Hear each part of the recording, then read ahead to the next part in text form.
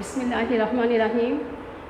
National কলেজের online শ্রেণী শিক্ষা কার্যক্রমে তোমাদের আবারও স্বাগতম জানাচ্ছি। প্রিয় শিক্ষার্থীরা, আশা করছি তোমরা সবাই ভালো আছো আর সরকারের দেওয়া সকল স্বাস্থ্যবিধিগুলো মেনে সবাই সুস্থ আছো। প্রিয় শিক্ষার্থীরা, তোমাদের দোয়ায় আমিও আল্লাহর অসীম কৃপায় ভালো আছি। প্রিয় শিক্ষার্থীরা, আজকের লাইভ ক্লাসটি 2020-21 শিক্ষাবর্ষের শিক্ষার্থীদের জন্য কিন্তু আমি তোমাদেরকে অর্থাৎ দ্বিতীয় বর্ষ 19-20 শিক্ষাবর্ষ সবাইকে আমি জানিয়েছি তোমরা সবাই ক্লাসগুলো গুরুত্ব দিয়ে করবে। আর আজকে যে টপিকটি আলোচনা করব সেটি তোমাদের বোর্ড কর্তৃক নির্ধারিত সংক্ষিপ্ত সিলেবাসে এই অংশটুকু আছে। তো প্রিয় শিক্ষার্থীরা, আজকে আমি যে টপিক নিয়ে তোমাদের সামনে হাজির হয়েছি সেটি হচ্ছে জীববিজ্ঞান দ্বিতীয় পত্রের দ্বিতীয় অধ্যায় অর্থাৎ অ্যানিম্যাল আইডেন্টিটি হতে রুই মাছ অর্থাৎ তার সায়েন্টিফিক নাম হচ্ছে লেবিও রোহিতা। আমি সেই মাছ সম্পর্কে আজকে তোমাদের সামনে তুলে ধরব। শিক্ষার্থীরা, গত ক্লাসে আমি একটি রুই মাছ অঙ্কন করেছিলাম, যা এখনও তোমাদের জন্য বোর্ডে সেটা আমি রেখে দিয়েছি। তো এই মাছটি যখন অঙ্কন করেছিলাম এবং ব্যাখ্যা করতে যাচ্ছিলাম তখন তোমরা অনেক বলেছো যে সাউন্ড শোনা যাচ্ছে না, বাইরে থেকে শব্দ আসছে। এখন তোমরা আমাকে কনফার্ম করবে যে সাউন্ড বাইরে থেকে আসছে কি না।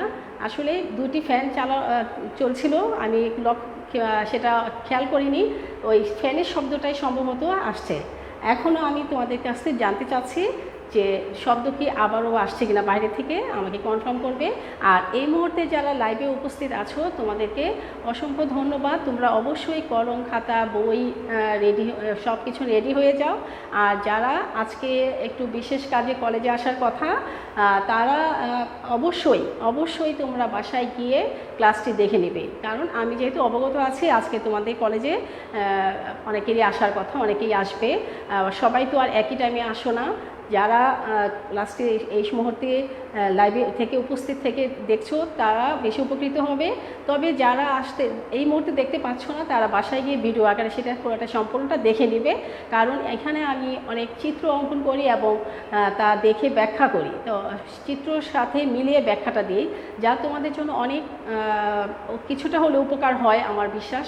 তো তোমরা যদি ক্লাসটি না দেখে পরবর্তীতে অবহেলা করো তাহলে তোমরা পিছিয়ে পড়বে। তো শিক্ষার্থীরা, তাহলে আমাকে এখন অবগত করবে যে লেখাটি দেখা যাচ্ছে কিনা আর আমার কথা শোনা যাচ্ছে কিনা আর বাইরে থেকে কোনো সাউন্ড আসছে কিনা। আর যারা এখনও লাইভে সংযুক্ত হতে পারোনি খুব দ্রুত সংযুক্ত হয়ে যাও শিক্ষার্থীরা। আচ্ছা, ক্লিয়ার সাউন্ড শোনা যাচ্ছে কি শিক্ষার্থীরা? আচ্ছা, ঠিক আছে। তাহলে আমি দেখতে পাচ্ছি রুবায়াত হাসান, শারমিন হাসান, দেখতে পাচ্ছি ফারিয়া আতারি, বিথি মজুমদার, আরও অনেকেই দেখতে পাচ্ছি। আমার পরে আবার তোমরা জানো যে আমার পরে আবার বাংলা ক্লাস শুরু হয়ে যাবে, তাই আমি আবার পরে দেখে নেব তোমাদের নামগুলো। তো শিক্ষার্থীরা, তোমরা তো জানো যে রুই মাছ সম্পর্কে আমরা সবাই জানি। আজকেও হয়তো অনেকের পরিবারে আজকে দুপুরে রুই মাছ দিয়ে খাবে। রুই মাছ খুবই পরিচিত একটি মাছ, এটি সুস্বাদু পানির মাছ। আমরা জানি এটা হচ্ছে স্বাদু পানির মাছ, তারপর কার্প জাতীয় মাছ। অর্থাৎ আমি কিছুটা ধারণা দিয়ে আমি মূল বিষয়ে যাচ্ছি, কারণ তোমরা জানো গত ক্লাসে আমি অনেক কিছুই বলেছিলাম, অনেক সাউন্ডের জন্য অনেকেই কথাগুলি স্পষ্ট শুনতে পাওনি। তো শিক্ষার্থীরা, রুই মাছ অবশ্যই একটি স্বাদু পানির মাছ আর এটা কার্প জাতীয় মাছ, কারণ আমরা জানি মাছের পুকুরে যে তিনটা স্তর থাকে, উপরের স্তর, মধ্য স্তর এবং নিচের স্তর। এই মধ্য স্তরের রুই মাছগুলো থাকে। তো শিক্ষার্থীরা, অন্যান্য মাছের সাথে একে চাষ করা যায় এবং দ্রুত বর্ধনশীল, অত্যন্ত পুষ্টিকর এবং সহজলভ্য। সব কিছু মিলিয়ে এই রুই মাছকে আমরা কি বলি, এটাকে এই জন্য রুই মাছটা আমাদের অত্যন্ত প্রিয় একটি মাছ। তো শিক্ষার্থীরা, এটা কিন্তু হালদা নদীতে সবচেয়ে উপযুক্ত পরিবেশ রুই মাছের জন্য।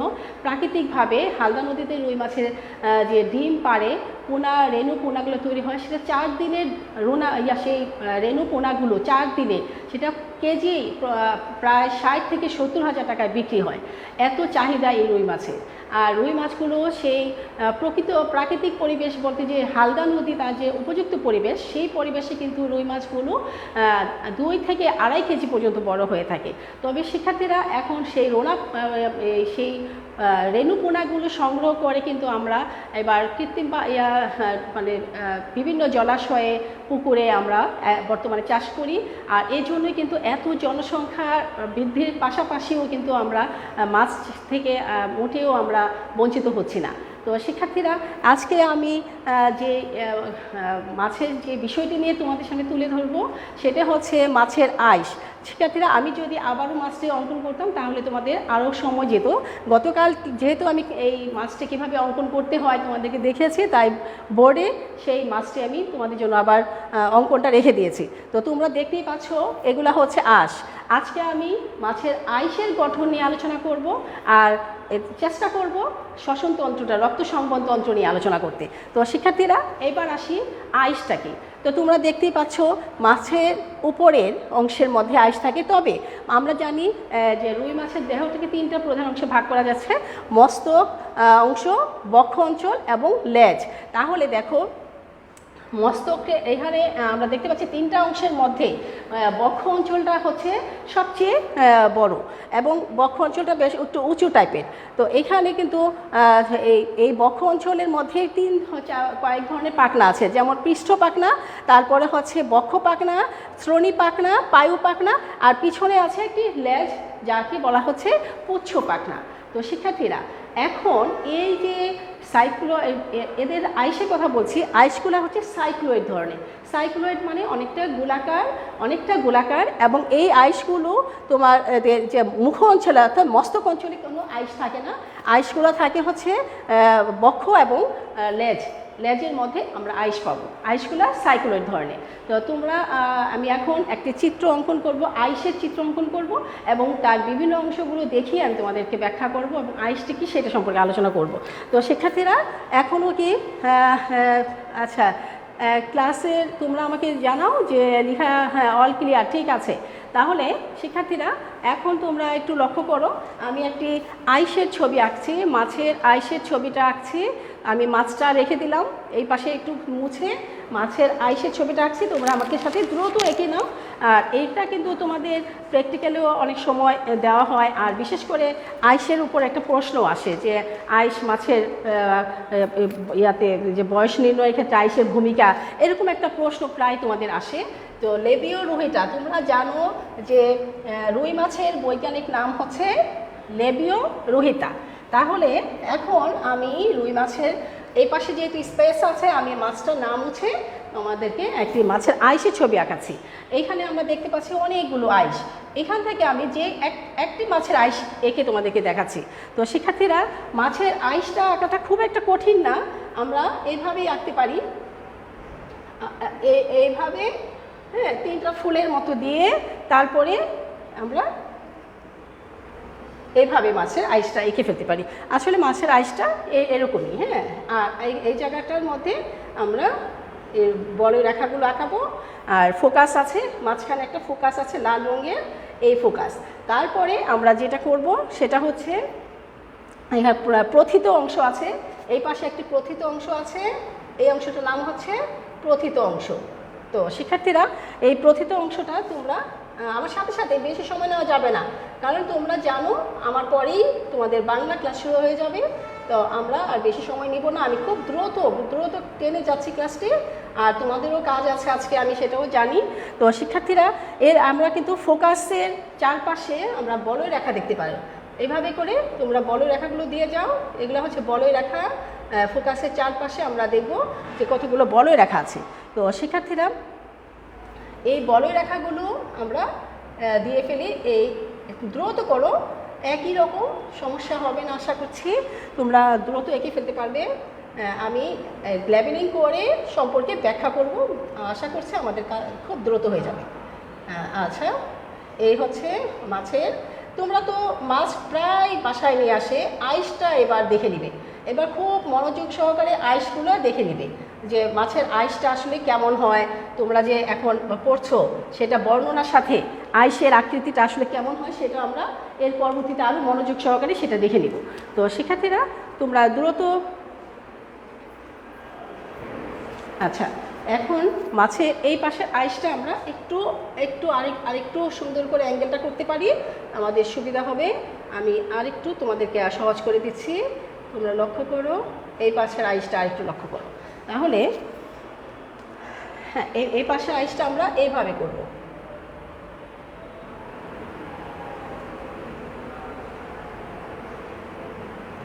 সেটাতে দ্রুত করো, দ্রুত, সময় কম। এই জন্য আমি চেয়েছিলাম একটু আগে শুরু করতে, কিন্তু সম্ভব হয় নাই।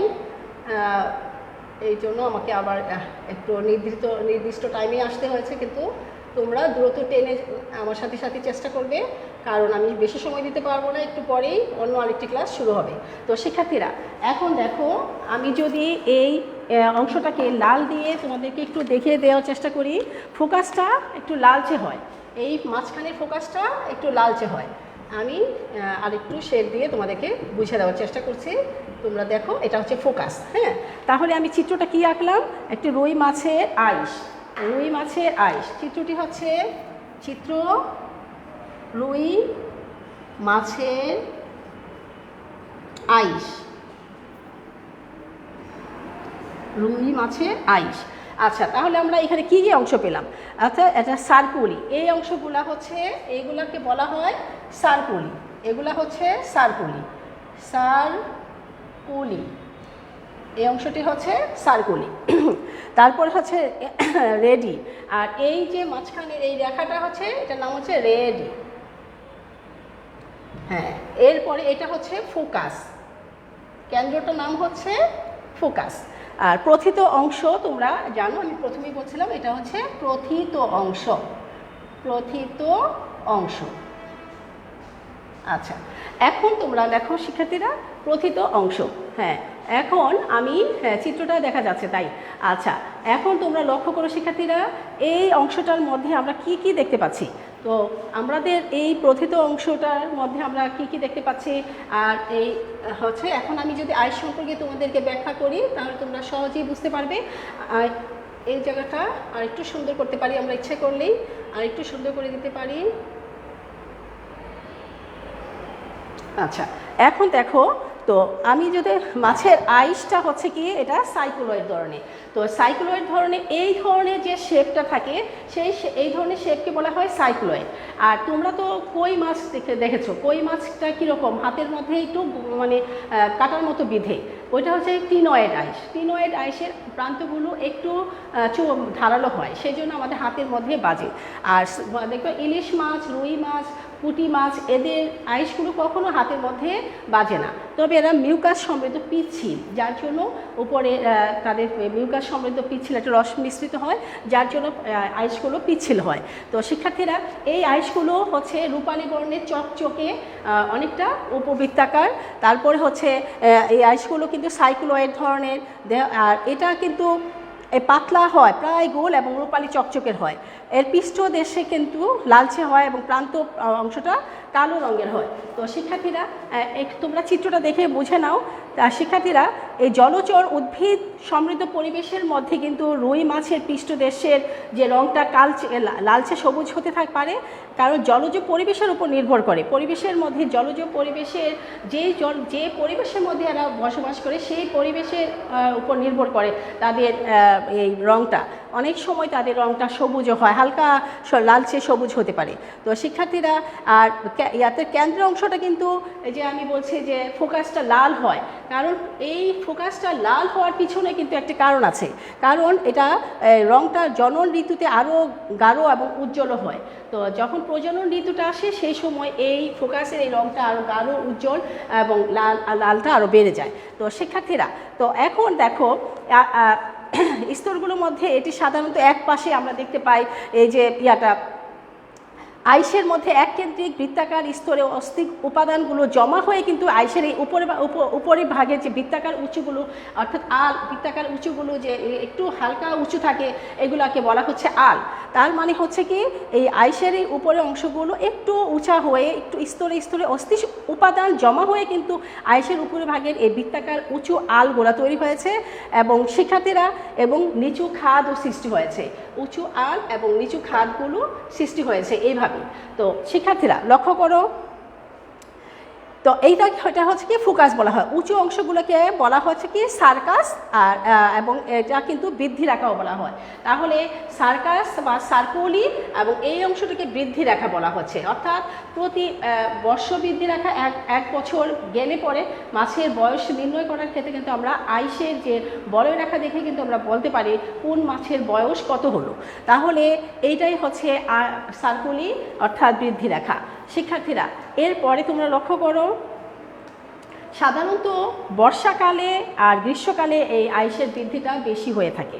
হ্যাঁ, আর শিক্ষার্থীরা তোমরা দেখো আইসের সম্মুখভাগটা কিন্তু তন্তুময় যোজক টিস্যু নির্মিত, আর ডার্মিসের সেই যে পকেটের মধ্যে কিন্তু এটা একদম ঢুকানো থাকে।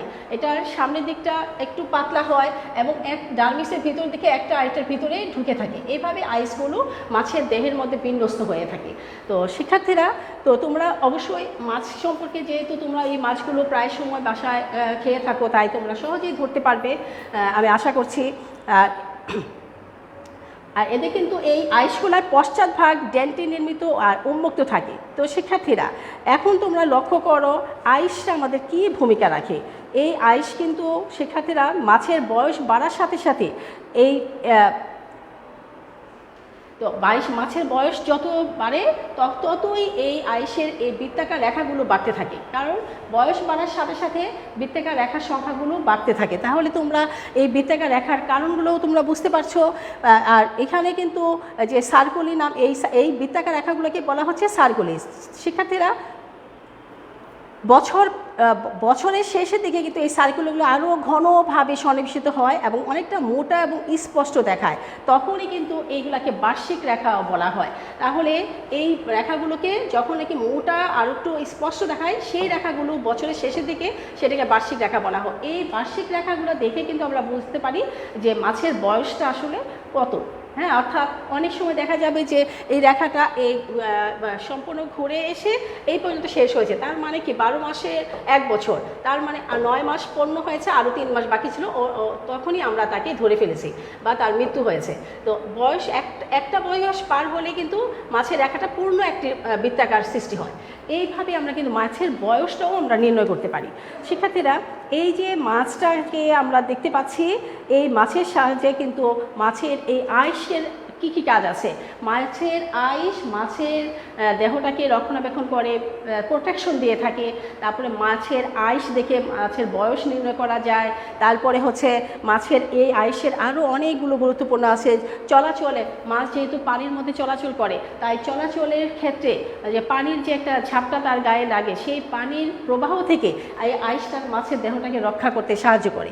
তো এভাবে করে মাছের আইস অনেক ধরনের এবং চলাচলের সময় যে বিভিন্ন ধরনের ঘর্ষণজনিত যে ক্ষয়, সেটা থেকেও রক্ষা করে।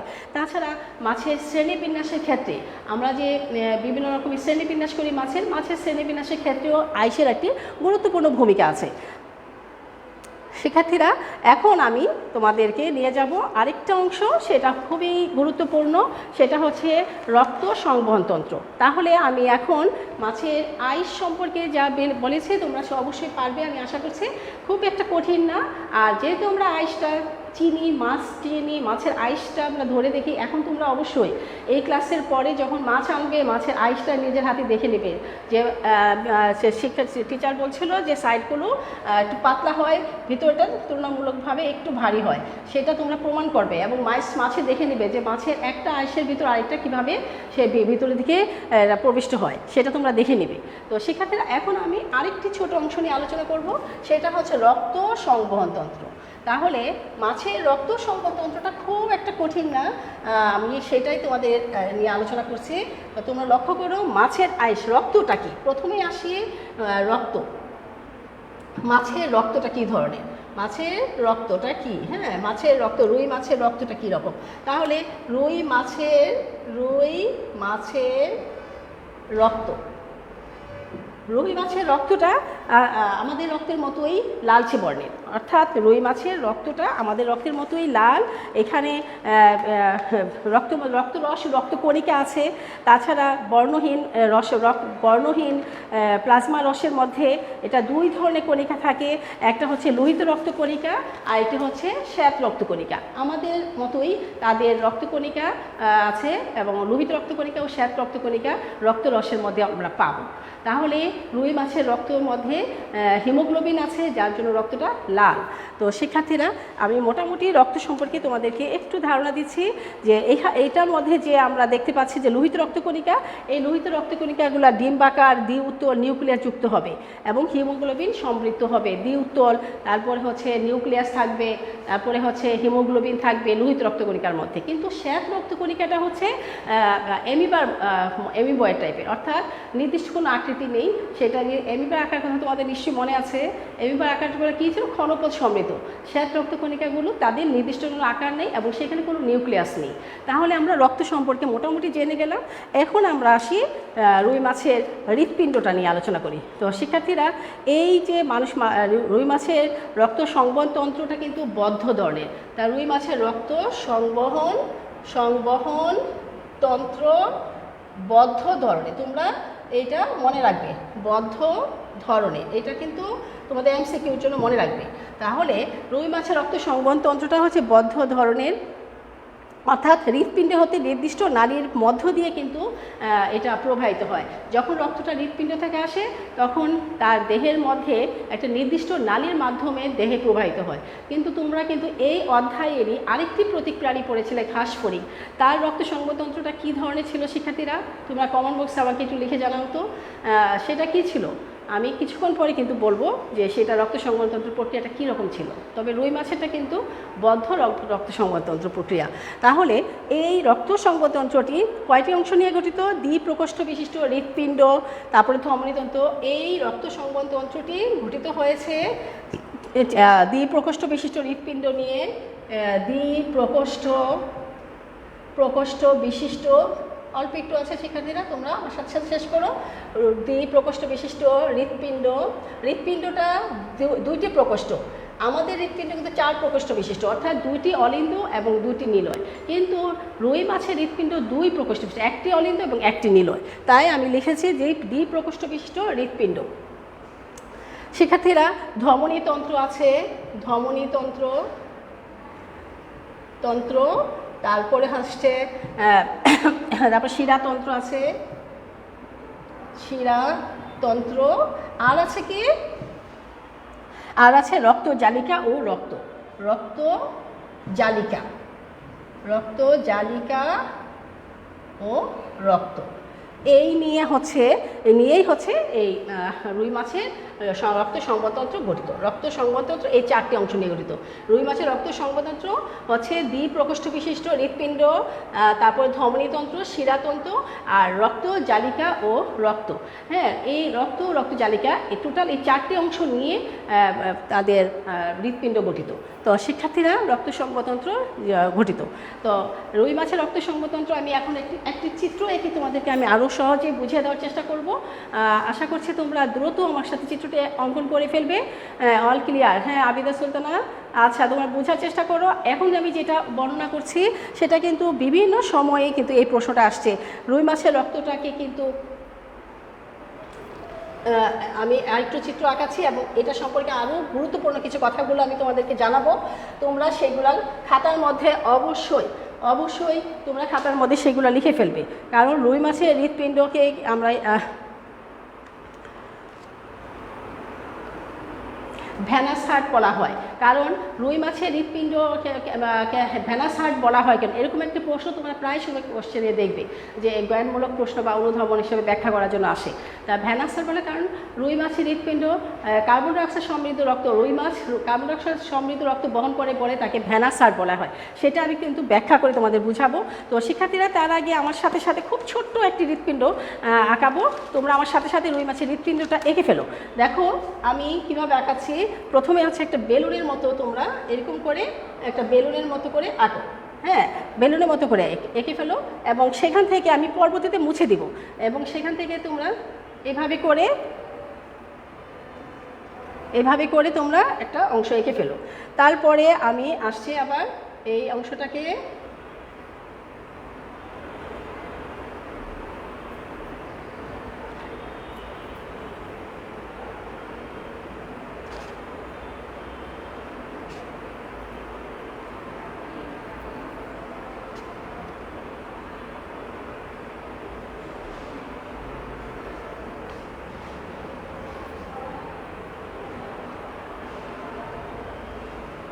আচ্ছা, তারপরে হচ্ছে দেখো আমি কিভাবে আঁকাচ্ছি, দেখো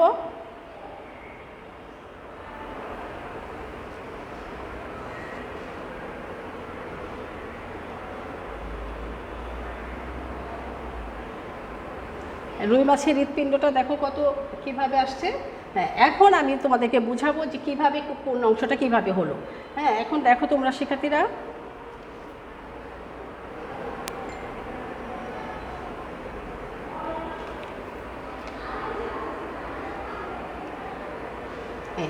এইখানে একটি কপাটিকা থাকে, এই পাশে একটি কপাটিকা আছে এবং এই পাশে আরেকটি কপাটিকা আছে, এই পাশে একটি কপাটিকা, এখানে একটি কপাটিকা, একটি কপাটিকা। তাহলে আমরা লিখে নিই এবার কোনটা, এবং রক্তটা এভাবে প্রবাহিত হচ্ছে। এটা হচ্ছে সাইনাস ভ্যানোসাস, এই অংশটা হচ্ছে সাইনাস ভ্যানোসাস, সাইনাস ভ্যানোসাস, এই অংশটা হচ্ছে সাইনাস ভ্যানোসাস। আমরা এই অংশটাকে আরেকটু কালারফুল করতে পারি, ভালো দেখাবে, ডবল করে দাও। আমি এটার পাশে একটু লাল কালি ব্যবহার করছি, তাহলে মনে হয় আর একটু দেখতে ভালো দেখাবে। আমি একটু লাল কালি ব্যবহার করছি, সেক্ষেত্রে তোমরা আমার সাথে সাথে একটু আর একটু সুন্দর করে দিচ্ছি। তোমরা দেখো এটার পিছনে আমি একটু লাল কালি ব্যবহার করছি, কালারফুল কালি ব্যবহার করছি যেন তোমাদের বুঝতে একটু সুবিধা হয়।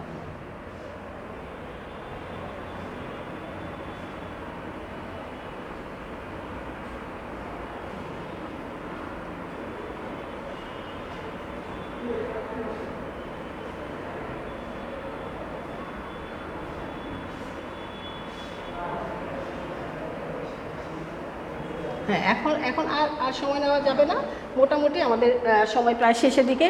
আমি দ্রুত লেবেলিংগুলো করছি, তোমরা আমার সাথে সাথে লেবেলিংটা শেষ করে ফেলো, দ্রুত করে ফেলো। আচ্ছা, এটা হচ্ছে অংশটা হচ্ছে সাইনাস ভ্যানোসাস, এই অংশটা হচ্ছে সাইনাস ভ্যানোসাস। আচ্ছা, সাইনাস ভ্যানোসাসের উপরে অংশটা হচ্ছে এই অলিন্দ, এটা হচ্ছে অলিন্দ, এই অংশটা অলিন্দ, এটা অলিন্দ, লিখে ফেলো, এটা হচ্ছে অলিন্দ। তাহলে বা অ্যাট্রিয়াম বলা হয়, তোমরা ইংলিশেও পাশাপাশি লিখতে পারো, এটা হচ্ছে অলিন্দ বা অ্যাট্রিয়াম। আর এই পাশে যে অংশটা আছে সেটা হচ্ছে নিলয়, তার মানে এই অংশটা হচ্ছে, এটা হচ্ছে নিলয়। ইংলিশে কি বলা হয় শিক্ষার্থীরা? নিলয়কে ইংলিশে কি বলা হয়? ভেন্ট্রিকল। আর এটা আমরা পাশাপাশি লিখে রাখি ভেন্ট্রিকল, তোমাদের ইংলিশ টার্মটা মনে রাখা ভালো। এটা হচ্ছে ভেন্ট্রিকল বা নিলয়। আচ্ছা, তাহলে উপরে আরেকটি অংশ আমরা দেখতে পাচ্ছি বালবাস আর্টারিওসাস, এই অংশটা হচ্ছে বালবাস আর্টারিওসাস,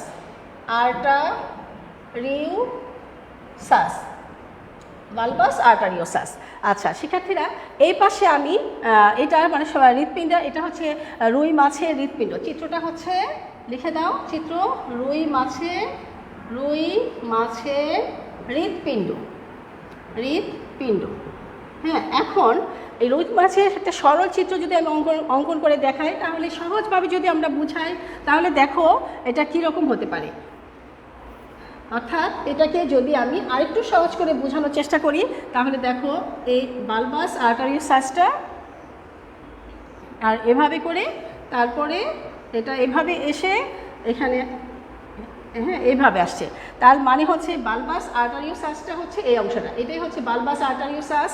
তারপরে হচ্ছে এটা হচ্ছে অলিন্দ, আর এটা হচ্ছে নিলয়, এই হচ্ছে এটা হচ্ছে নিলয় আর এটা অলিন্দ, ঠিক আছে? এই হচ্ছে অলিন্দ নিলয়। আমরা এটা মোটামুটি পাশাপাশি একটা এঁকে দেখালাম আর লেবেলিং করলাম না সময়ের অভাবে। তো তোমরা আমার সাথে সাথে এবার লক্ষ্য করো, তো এই যে রুই মাছের হৃৎপিণ্ডটা, আমাদের হৃৎপিণ্ডের সাথে কিন্তু অনেক পার্থক্য আছে। অর্থাৎ আমাদের হৃৎপিণ্ড দুইটা অলিন্দ এবং দুইটা নিলয়, এখানে আমরা দেখতে পাচ্ছি একটা অলিন্দ এবং একটা নিলয়। আচ্ছা, এখন শিক্ষার্থীরা বর্ণনাটা তোমরা আমার সাথে সাথে একটু বুঝে নাও। আমার মনে হয় আর বেশিক্ষণ লাগবে না। তো শিক্ষার্থীরা তোমরা লক্ষ্য করো যে রুই মাছের ফুল কাজ রন্ধ্র যেটা আছে, ফুলকার যে একজোড়া ফুলকা আছে, সেই ফুলকার পিছনে পেরিকার্ডিয়াল গহ্বর নামক এক ধরনের বিশেষ গহ্বর আছে, যেখানে সেই গহ্বরটাকে এসে মধ্যেই হৃৎপিণ্ডটা অবস্থান করে। আমি আবারও বলছি যে হৃৎপিণ্ডটা কোন জায়গায় অবস্থান করে, আমি আবারও বলছি শিক্ষার্থী তোমরা লক্ষ্য করো, এটা হচ্ছে যে রুই মাছের ফুলকা দ্বয়ের পিছনে পেরিকার্ডিয়াল গহ্বর নামে এক ধরনের গহ্বর আছে। পেরিকার্ডিয়াল নামক যে একটা গহ্বর আছে, সেই গহ্বরের মধ্যে কিন্তু তাদের এই হৃৎপিণ্ডটা অবস্থান করে, এবং এই হৃৎপিণ্ড একটি অলিন্দ এবং একটি নিয়ে গঠিত, অর্থাৎ দুই প্রকোষ্ঠ নিয়ে গঠিত, একটি অলিন্দ এবং একটি নিলয়, এই দুইটি অংশ নিয়ে কিন্তু রুই মাছের হৃৎপিণ্ডটা গঠিত হয়েছে। আর আমাদের হৃৎপিণ্ড 4 প্রকোষ্ঠ বিশিষ্ট, 2টি অলিন্দ এবং 2টি নিলয়। তো শিক্ষার্থীরা তোমরা লক্ষ্য করো, এরা কিন্তু সাইনাস ভ্যানোসাস নামে একটি উপপ্রকোষ্ঠ আছে। সাইনাস ভ্যানোসাস নামক এটা কিন্তু তার একটা উপপ্রকোষ্ঠ, তার মানে এটা কিন্তু অলিন্দ নিলয়ের পরে একটা অংশ যেটা সাইনাস ভ্যানোসাস, এটা কিন্তু একটা উপপ্রকোষ্ঠ। শিক্ষার্থীরা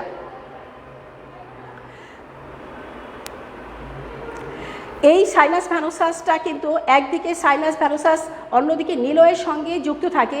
তোমাদের অলিন্দটা কিন্তু এই অলিন্দটা একদিকে হচ্ছে নিলয়ের সাথে, আরেকদিকে হচ্ছে সাইনাস ভ্যানোসাসের সাথে এটা যুক্ত থাকে। তাহলে অলিন্দটা অবস্থাটা আমরা কি দেখলাম, যে এটা এক পাশে আছে সাইনাস ভ্যানোসাস, আরেক পাশে আছে কি নিলয়। তার মানে অলিন্দটা এক পাশে নিলয়, আরেক পাশে আছে সাইনাস ভ্যানোসাস। কিন্তু নিলয়ের এক পাশে আছে বালবাস আর্টারিওসাস, আরেক প্রান্তে আছে হচ্ছে অলিন্দ। তাহলে এইভাবে হচ্ছে তাদের হৃৎপিণ্ডের অবস্থানটা আমরা চিত্র দেখে খুব সহজে বুঝতে পারি। তো শিক্ষার্থীরা কার্বন ডাইঅক্সাইড যুক্ত রক্তটা কিন্তু সাইনাস ভ্যানোসাস হতে কার্বন ডাইঅক্সাইড সমৃদ্ধ রক্তটা সাইনাস ভ্যানোসাস হতে প্রথমে কিসে আসে, অলিন্দের মধ্যে আসে, অলিন্দ থেকে সেটা নিলয়ে আসে। তাহলে আমি একটু রেখা দিয়ে চিহ্নটা বুঝাই দিচ্ছি, তোমরা লক্ষ্য করো, কার্বন ডাইঅক্সাইড সমৃদ্ধ রক্তটা প্রথমে এই যে সাইনাস ভ্যানোসাস থেকে এই নিলয়ের মধ্যে আসে, অলিন্দ আসে, অলিন্দ থেকে এই নিলয়ের মধ্যে প্রবেশ করে, নিলয় থেকে তারপর হচ্ছে বালবাস আর্টেরিওসাসের মধ্যে প্রবেশ করে। তো শিক্ষার্থীরা আচ্ছা এখন আচ্ছা ঠিক আছে, এখন শিক্ষার্থীরা লক্ষ্য করো, তোমরা ছবিটার দিকে আরেকটু খেয়াল করো, ছবিটার দিকে খেয়াল করলে আমার মনে হয় তোমরা বুঝে ফেলবে। নিলয়টা তাহলে আমরা বলতে পারি যে পেরিকার্ডিয়াল গহ্বর যেটা আছে তার অঙ্কীয় পশ্চাৎ ভাগে, পেরিকার্ডিয়াল গহ্বরের অঙ্কীয় পশ্চাৎ ভাগে অংশটা পুরু এবং মাংসল প্রাচীর বিশিষ্ট। এই মাংসল প্রাচীর বিশিষ্ট অংশটাই হচ্ছে সেটা হচ্ছে নিলয়। তাহলে এই মাংসল অংশটা আমরা যে দেখতে পাচ্ছি প্রাচীর বিশিষ্ট, এই অংশটাই হচ্ছে নিলয়। রুই মাছের হৃৎপিণ্ড কিন্তু কোনাস আর্টেরিওসাস অনুপস্থিত। শিক্ষার্থীরা তোমরা সব লক্ষ্য করবে, তোমরা মনে রাখবে কোনাস আর্টেরিওসাস কিন্তু রুই মাছের মধ্যে থাকে না। কোনাস আর্টেরিওসাসের পরিবর্তে রুই মাছের মধ্যে বালবাস আর্টেরিওসাস থাকে। এটা তোমাদের এমসিকিউর জন্য আসতে পারে যে কোনাস আর্টেরিওসাস রুই মাছে দেখা যায়, তখন তোমরা বুঝবে যে এটা ভুল। অর্থাৎ রুই মাছের মধ্যে কোনাস আর্টেরিওসাসের পরিবর্তে বালবাস আর্টেরিওসাস থাকে। তো শিক্ষার্থীরা সবসময় মনে রাখবে, হ্যাঁ এই বালবাস আর্টেরিওসাসটা কিন্তু অঙ্কীয় ধমনীর স্ফীত হইয়া চওড়া একটি মূল গঠন করেছে। তাহলে আমরা ছবিটার মধ্যে দেখতে পাচ্ছি যে বালবাস আর্টেরিওসাসটা অঙ্কীয় দিকে এবং সেটা ধমনীর স্ফীত গৌড়া অথবা মূল। শিক্ষার্থীরা এই বালবাস আর্টেরিওসাস হৃৎপিণ্ড হতে অঙ্কীয় ধমনীতে রক্ত সরবরাহ করতে সাহায্য করে। তোমরা এটা মনে রাখবে। এবং হৃৎপিণ্ডের প্রতিটা প্রকোষ্ঠ এবং উপপ্রকোষ্ঠের সংযোগ স্থলে একটি করে কপাটিকা থাকে। এবার আমি তোমাদেরকে কপাটিকাগুলো লাল রং দিয়ে লেবেলিং করে দেখাচ্ছি। শিক্ষার্থীরা দেখো যে এখানে 3 ধরনের কপাটিকা দেখি আমরা। একটা হচ্ছে সাইনো অ্যাট্রিয়াল কপাটিকা, এইটা হচ্ছে আমি লাল দিয়ে বোঝাচ্ছি। এখানে আবার প্রত্যেকটা 3টা অংশে আমি তোমাদের আগেই বলেছিলাম, এখানে একটি কপাটিকা, এই পাশে একটি কপাটিকা, এই পাশে একটি কপাটিকা। তাহলে এই হৃৎপিণ্ডের 3 জায়গায় যে কপাটিকা থাকে সেই কপাটিকাগুলো তোমরা লিখে নাও। একটা হচ্ছে সাইনো অ্যাট্রিয়াল কপাটিকা, এই অংশটা হচ্ছে সাইনো অ্যাট্রিয়াল কপাটিকা, সাইনো অ্যাট্রিয়াল লিখে ফেলো, অ্যাট্রিয়াল কপাটিকা।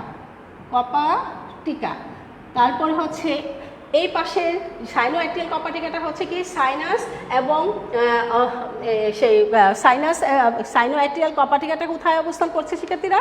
সেটা অবশ্যই সাইনাস ভ্যানোসাস এবং অলিন্দের মাঝখানে। হ্যাঁ, সাইনাস ভ্যানুসাস, আর এই অলিন্দের মাঝখানে যেটা অবস্থান করছে সেটা হচ্ছে এই অংশটাই হচ্ছে তোমার সাইনো অ্যাক্টিয়াল কপাটিকা। এরপরে আরেকটি কপাটিকা আমরা দেখতে পাচ্ছি, এই অংশে আরেকটি কপাটিকা আছে, সেই কপাটিকাটা হচ্ছে সেটা হচ্ছে অ্যাট্রিওভেন্ট্রিকুলার কপাটিকা। অ্যাট্রিওভেন্ট্রিকুলার কপাটিকা অ্যাট্রিওভেন্ট্রিকুলো কপাটিকা, ভেন্ট্রিকুলো কপাটিকা, তাহলে অ্যাট্রিওভেন্ট্রিকুলো কপাটিকাটা কোথায় তোমরা ছবি দেখে বুঝতে পারছো, অলিন্দ এবং নিলয়ের সংযোগস্থলে। এই যেটা এটা হচ্ছে অলিন্দ আর এটা হচ্ছে নিলয়, এই অলিন্দ এবং নিলয়ের সংযোগস্থলে যে কপাটিকাটা আছে সেটা হচ্ছে অ্যাট্রিওভেন্ট্রিকুলো কপাটিকা। আরেকটি কপাটিকা আছে এই পাশে, আমি সেটা লেবেলিং করে দেখাচ্ছি, তোমরা সেটা দেখো, ভেন্ট্রিকুলো বালবাস কপাটিকা। এটা হচ্ছে ভেন্ট্রিকুলো বালবাস কপাটিকা। তাহলে এই ভেন্ট্রিকুলো বালবাস কপাটিকাটার অবস্থানটা তোমরা চিত্র দেখে বুঝতে পারছো, সেটা কোথায়, সেটা হচ্ছে নিলয় ও বালবাস আর্টেরিওসাস। এই নিলয় এবং বালবাস আর্টেরিওসাসের সংযোগস্থলে আরেকটি কপাটিকা আছে যার নাম হচ্ছে ভেন্ট্রিকুলো বালবাস কপাটিকা। তো শিক্ষার্থীরা, এই যে কপাটিকাগুলো তোমরা দেখলে, এখন দেখো এই যে কপাটিকাগুলো তোমরা সম্পর্কে তোমরা দেখলে, এই কপাটিকার কারণে কিন্তু রক্তটা কার্বন ডাই অক্সাইড সমৃদ্ধ, এই কারণে এই উপস্থিতির কারণে হৃৎপিণ্ডের মধ্য দিয়ে শুধু কার্বন ডাই অক্সাইড সমৃদ্ধ রক্ত তাই পিছনে হতে সামনের দিকে শুধুমাত্র একমুখী চলাচল করে, শুধুমাত্র একমুখী হয়ে চলাচল করে এবং মাত্র একবারই হৃৎপিণ্ডকে এটা অতিক্রম করে।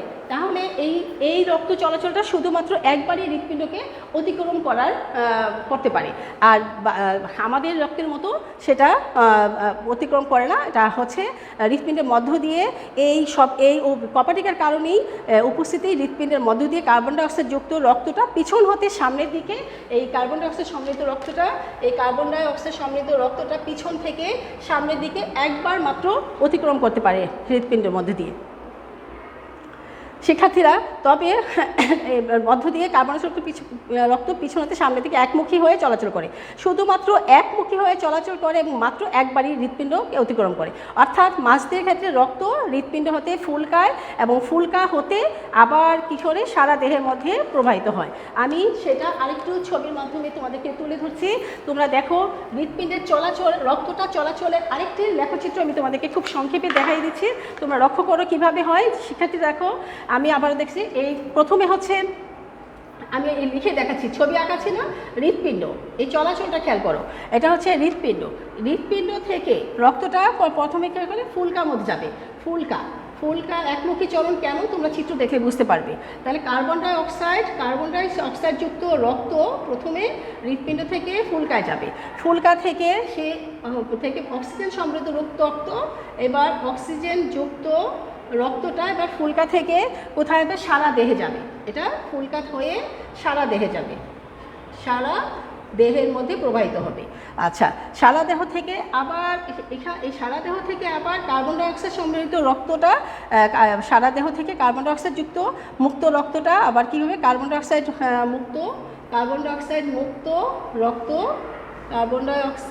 মুক্ত এই রক্তটা আবার কোথায় যাবে, হৃৎপিণ্ডে যাবে এবং হৃৎপিণ্ড থেকে আবার ফুলকা যাবে, ফুলকা থেকে কার্বন ডাই অক্সাইড অক্সিজেন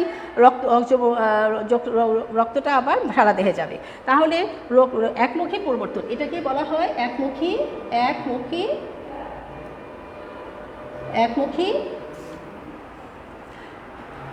এবং একবর্তনী রক্ত প্রবাহ, একবর্তনী রক্ত প্রবাহ। তাহলে তোমরা চিত্র দেখেই বুঝতে পারছো শিক্ষার্থীরা, একমুখী এবং একমুখী কেন বলা হচ্ছে। তাহলে শিক্ষার্থীরা লক্ষ্য করো, এবার আমি আবারও বলছি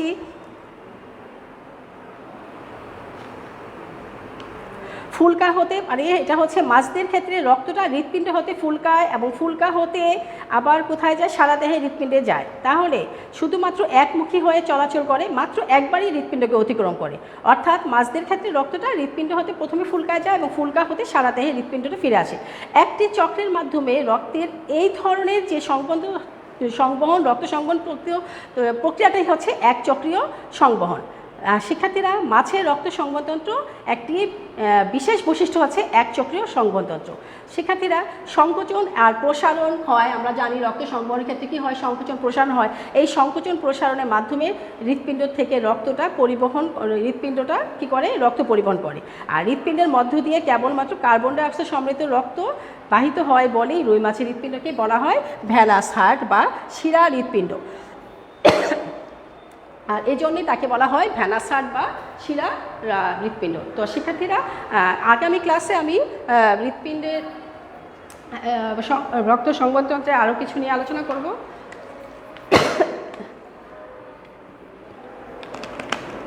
সরি। তো শিক্ষার্থীরা, তোমরা যারা লাইভে পর্যন্ত উপস্থিত ছিলেন সবাইকে অসংখ্য ধন্যবাদ। আর রুই মাছ নিয়ে আমাদের এতগুলো ক্লাস লাগবে না আশা করছি। আজকে যে অংশটুকু পড়িয়েছে তোমরা ভ্যানাস হার্ট বা শিরা হৃৎপিণ্ড কাকে বলে, কীভাবে এটা একমুখী রক্ত চলাচল সেইগুলো তোমরা জানলে, এবং রুই মাছের আঁশ আমাদের কী কাজে লাগে সেটাও জানলে। তাহলে শিক্ষার্থী, আজকে এই পর্যন্তই তোমাদের সাথে আমার ক্লাসের সমাপ্তি টানছি। আশা করছি তোমরা যতটুকু আমি চিত্র এঁকে বুঝিয়েছি তোমরা অবশ্যই বাসায় বেশি বেশি করে প্র্যাকটিস করবে, বেশি করে পড়াশোনা করবে, এবং একটি লক্ষ্য নিয়ে, ভালো একটি লক্ষ্য নিয়ে সামনের দিকে এগিয়ে যাবে। এই প্রত্যাশা করে আমি তোমাদের কাছে বিদায় টানছি। সবাই ভালো থেকো, সুস্থ থাকো। আল্লাহ হাফিজ।